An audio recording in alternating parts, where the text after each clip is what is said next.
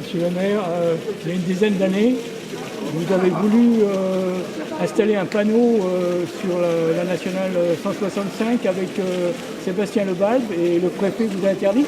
Ah oui, c'était votre revanche aujourd'hui. un petit peu. C'était sur la RN 164 qui est en train d'être mise à 2 fois 2 voies de Châteaulin à Rennes. Il est vrai qu'il y a une présence de Sébastien Lebalbe sur ce panneau. Le préfet l'avait interdit à l'époque, mais on y était parvenu, on avait maintenu notre décision. Et vous verrez d'ailleurs ce panneau avec Sébastien Lebalbe qui est en effigie. Et en même temps, ici, c'est tout simplement de montrer l'esprit de résistance centre-bretonne sans aucun doute, de Carhaix en particulier, mais de la Bretagne en général face aux injustices. Et Sébastien Lebalbe, je crois qu'on représente vraiment tout cela, simplement la perdurance dans l'histoire d'un homme avec des convictions.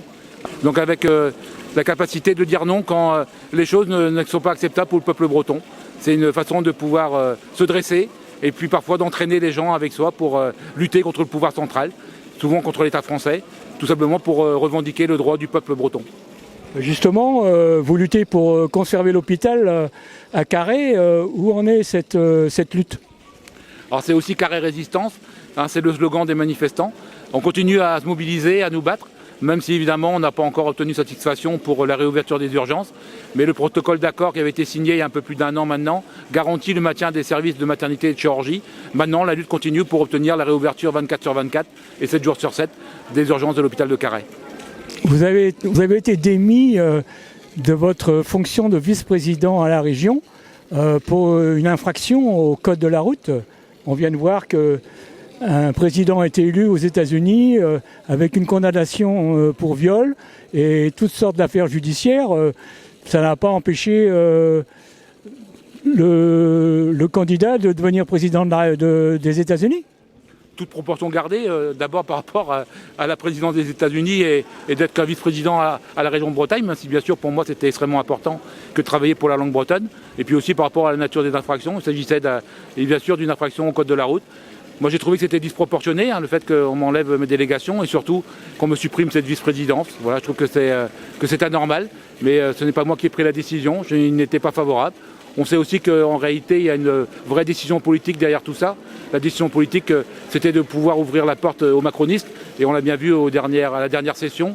Il y aura des vice-présidences, sans aucun doute, qui seront aussi accordées à ces mêmes macronistes qui ont rejoint, après leur défaite, désormais la nouvelle majorité. Et puis je crois qu'aussi, tout simplement, peut-être que j'étais un peu un élément turbulent de cette majorité régionale qui demandait vraiment un vrai plan de réappropriation pour la langue bretonne, qui a été voté à l'unanimité, mais qui en lui-même n'est pas suffisant. Il faut aller beaucoup plus loin, il faut un gros mandat d'intérêt public pour Diwan, il faut une revendication plus forte au niveau de l'État et créer un vrai rapport de force pour que la langue bretonne soit définitivement reconnue. Il y avait énormément à faire encore. Voilà, est-ce que c'est pas un peu plutôt cela qui a été aujourd'hui sanctionné, c'est-à-dire l'homme qui voulait continuer à se battre pour l'identité bretonne, pour la culture, pour la langue bretonne, pour la Bretagne tout simplement. Je pense qu'il faut plutôt voir un aspect politique qu'un aspect simplement moral qui, pour moi en tout cas, me semble vraiment pas évident du tout, même si bien sûr il s'agit d'une erreur que je reconnais, mais elle ne méritait sans doute pas, et sans aucun doute pas, des sanctions de telle nature et aussi fortes de priver quelqu'un de ses délégations, car j'ai toujours bien fait mon travail et je voulais continuer à pouvoir le faire. Vous êtes dans l'opposition maintenant alors? Alors je suis dans la majorité parce qu'il y aura des questions à poser justement à mes collègues à l'avenir, mais je suis toujours dans la majorité parce que moi je reste loyal aux engagements que j'ai pris au début du mandat. Merci.